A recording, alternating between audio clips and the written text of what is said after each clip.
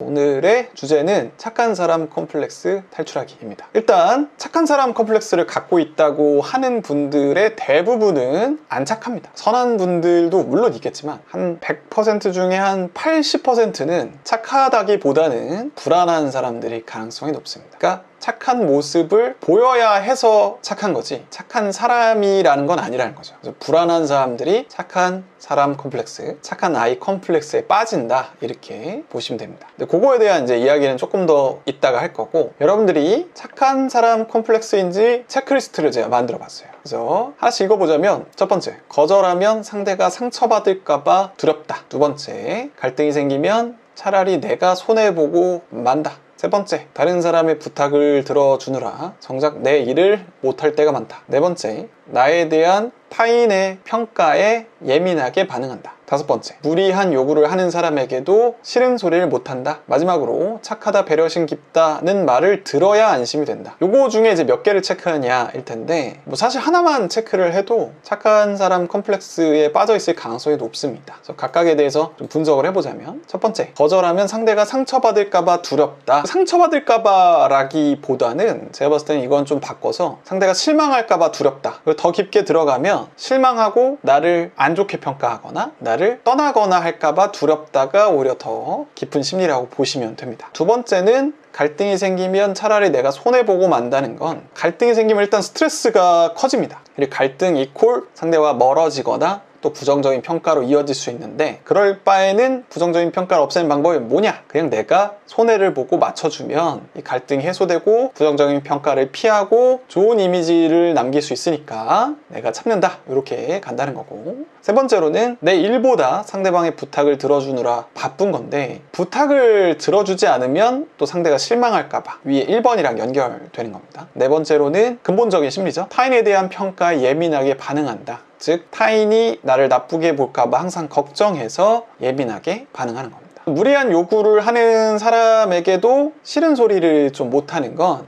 싫은 소리를 했다가 안 좋은 평가를 받을까봐 무서워서 그런 거예요. 그래서 4번도 착한 사람 컴플렉스랑 연결되는 거고, 마지막, 요건 뭐 안심이 된다까지는 아니고 사실은 이 얘기를 싫어하는 분들이 많을 거예요. 그러니까 착한 짓을 하면서 하도 착하다라는 얘기를 듣는데, 사실 그 착하다가 좋은 사람이다 라는 말이 호구 같다, 뭔가 쟤는 시키면 다 한다 같은 평가로 이어지기 때문에 사실 이러한 평가를 듣는 거 별로 안 좋아할 거예요. 안심이 되는 게 아니라 그냥 싫어할 가능성이 높아요. 그래서 요거는 조금 항목을 좀 바꿔야 되는데, 어쨌든 요 모습들은 대부분 평가에 대한 불안 때문에 오는 겁니다. 여기에서 여러분들 몇 개를 골랐는지 궁금하네요. 다음, 우리의 착함은 타인의 인정을 구매하기 위한 화폐였습니다. 이렇게 뭐 비유를 할 수도 있을 것 같아요. 그러니까 내가 착한 짓을 해야 제가 나를 인정해주고 좋아해 주겠지, 나에 대한 관심을 주겠지, 이거를 이제 화폐 단위라고 생각을 하게 된다는 거예요. 그래서 내가 이 화폐를 안 쓰면 인정을 못 받을 거라고 생각하는 거예요. 그래서 사랑을 받기 위해서는 돈을 지불해야 된다. 완전히 이제 조건부 거래 관계자. 그래서 이런 화폐의 비유를 이렇게 해봤습니다. 그렇다면 우리는 왜 이 화폐를 계속해서 지불하게 될까요? 아까 말했듯이 핵심은 불안입니다. 내면에서 내가 사랑받지 못할까봐, 부정적인 평가를 받고 사랑받지 못하고 인정받지 못할까봐 불안하고, 그 불안을 해소하는 방법으로 착한 행위를 하면 되겠다 라는 생각을 갖게 되는 건데, 문제는 이게 악영향을 끼쳐서 악순환이 생겨요. 어떤 악순환이냐면 이렇게 되는 겁니다. 첫 번째는 이제 불안한 거죠. 미움받으면 어떡하지? 상대가 날 안 좋아하면 어떡하지? 이제 불안하면 예스맨이 되는 거죠. unconditional yes라고 했는데, 무조건 상대방이 요구하면 오케이, 이렇게 불안을 잠재우기 위해서 방어 기제로 이제 거절하지 못하는 겁니다. 즉, 내가 미움받으면 어떡하지? 그럼 미움받지 않기 위해서 어떻게 해야 되지? 착하면 되잖아, 이러면서 요걸 하게 되는 거고, 세 번째가 이제 중요한데, 내가 계속 착한 짓을 하면 상대방이 나에 대한 이미지가 박혀요. 이미지란 뭐냐면, 저 사람은 나의 어떤 부탁을 항상 들어줘, 나를 이해해줘, 나를 맞춰줘, 이렇게 생각하니까 더더욱 많은 요구를 하게 돼요. 근데 우리가 예를 들면 뭘 요구했을 때 좀 힘들게 해주거나 돈을 받고 하거나 정당한 대가를 받고 하면 상대방이 그거를 쉽게 요청하지 못합니다. 왜냐면 돈 드니까, 에너지가 드니까. 근데 이제 호구, 착한 아이 컴플렉스에 빠진 사람들은 이렇게 무조건 예스를 했기 때문에 타인에 대한 기대를 상승시킬 수밖에 없어요. 그래서 이걸 다 맞춰주려고 하다가 번아웃에 빠지고, 상대방은 나한테 그만큼 안 챙겨주니까 억울하고 불만족스러워, 이런 것들이 막 쌓여요. 그래서 에너지는 소진되고 알아주지 않는, 상대방에 대한 원망이 증가하는 겁니다. 어쨌든 이런 것들이 또 반복되면 불안감이 증폭한다고 하는데, 이제 번아웃이 되니까 내 감정을 못 챙기는 부분도 있어요. 그러니까 또 불안이 들 때 이 불안을 스스로 케어해 줘야 되는데 안 케어해주고 불안이 증가하는 이런 모습들이 또 증가하게 되고, 불안이 증가하면 또 이렇게 순환이 돈다, 이렇게 보는 건데, 사실 이것 때문에 뭐 불안감이 증폭한다기보다 기본적으로 그냥 착한 아이 컴플렉스가 있는 분들은 이 자존감이 낮고 스스로에 대한 부정적인 평가를 많이 하기 때문에 불안이 항상 있어요. 그러다 보니까 이제 요 고리는 아니더라도 이제 계속 불안이 생성되고 요 고리를 계속 돈다.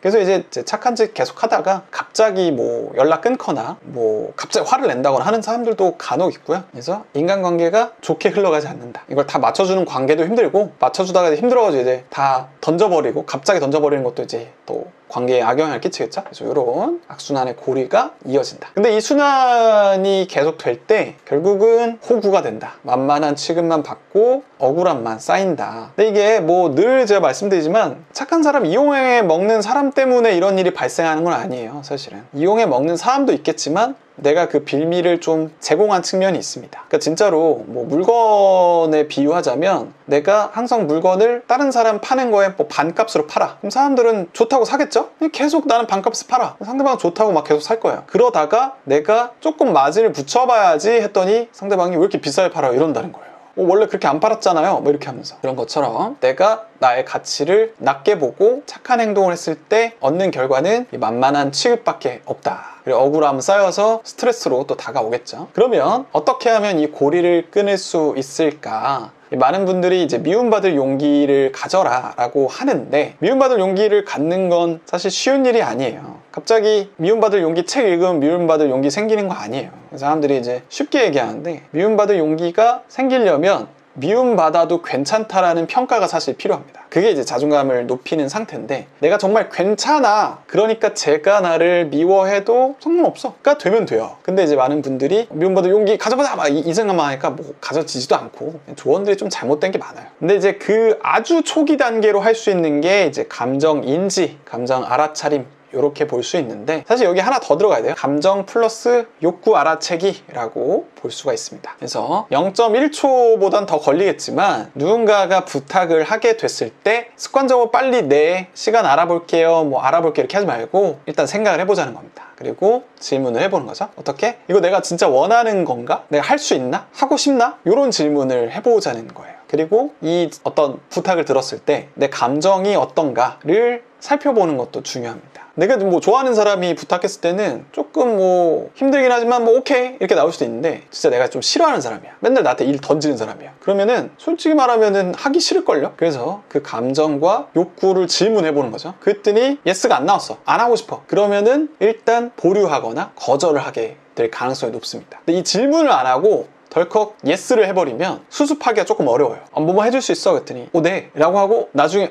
근데 그때 사실 안 돼요 이렇게 하기가 좀 어렵단 말이에요. 근데 질문했을 때 생각해보고 안 될 것 같습니다, 죄송합니다로 시작하면은 상대방이 날 설득하려고 하지 내가 변명해야 되는 수순이 아니에요. 그래서 기본적으로 일단 이런 착한 아이 상태가 될 때 멈추고 질문하기. 네가 원하는 게 뭐야? 너의 감정이 뭐야? 이렇게 질문했을 때 나랑 연결되고, 그 나랑 연결됐을 때 나를 보호하려고 하는 태도가 생길 수가 있어요. 그래서 기본적으로 착한 아이 컴플렉스는 이렇게 막는 걸로 시작한다. 이게 뭐 근본적으로 이것만 한다고 착한 아이 컴플렉스가 사라지는 건 아니고, 이것부터 시작할 수 있다, 이렇게 이해할 수 있습니다. 네, 여기 제 얼굴이 들어가야 되는데 갑자기 이상한 여자분을 넣어봤어요. 근데 만약에 이제 착한 아이 컴플렉스를 해결하기가 힘들다면 저와 함께 변화를 만들어가면 됩니다. 착한 아이 컴플렉스, 즉 사람들 맞춰주느라 힘들고 번아웃 빠지고 억울한 분들은 결국은 내가 착하지 않아도 괜찮아, 미움받아도 괜찮아를 위해서는 스스로에 대해서 가치 평가를 높게 하는 것이 선행되어야 합니다. 그래서 자존감을 높이고 싶다면 언제나